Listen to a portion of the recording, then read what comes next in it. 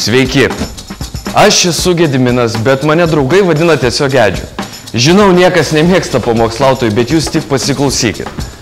Aš prieš 5 metus, būdamas visiškai žalias jaunuolis, baigiau 10 klasių ir atėjau į šią mokslo įstaigą. Šiandien mokykla yra kiek kitokia, ji yra modernizuota, rekonstruota.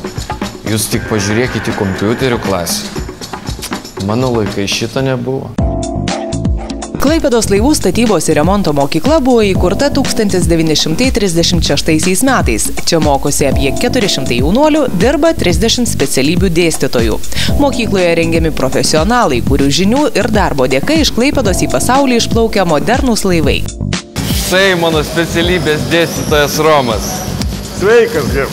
Jis mane išmokė suvirinti elektrolankiniu būdu. Ir taip pat tik čia įgudau suvirinti pusautomačiais, naudojant anglies dvideginio ir argono dujas. Romas Mikalauskas man ne tik įkrėtė kvalifikacijos žinių, bet ir gyvenimo žinių. Taip viskas gerai buvo. Srovė parengta gerai, bet elektrodo kampas visiškai neatitinka. Klaipėdos laivų statybos ir remonto mokykloje rengiamos šios specialybės.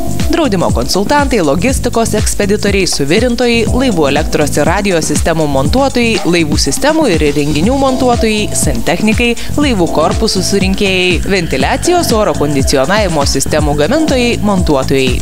Jūs galite įsigyti bet kurią iš specialybių. Aš vienu šūviu nušoviau 2 zuikius, aš įgijau vidurinį išsilavinimą ir suvirintojo specialybę.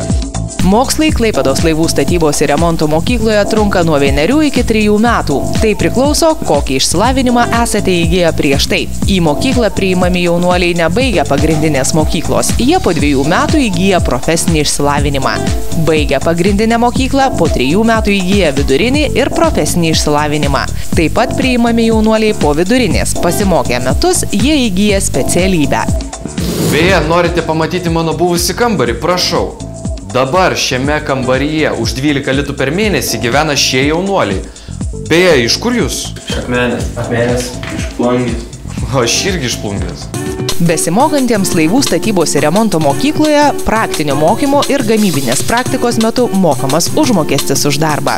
Suteikiamos visos socialinės garantijos. Mokiniai gauna stipendiją.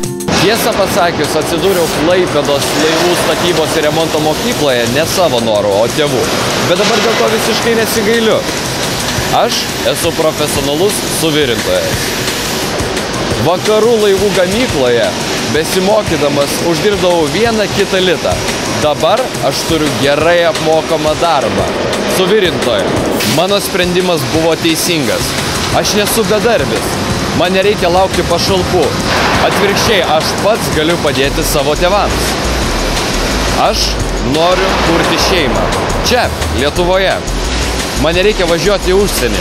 O jei prireiktų, mano profesija yra paklausi ir gerai apmokama visur.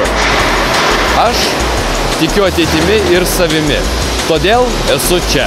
Daugiau informacijos apie Klaipėdos laivų statybos ir remonto mokyklą rasite puslapyje klrsm.lt.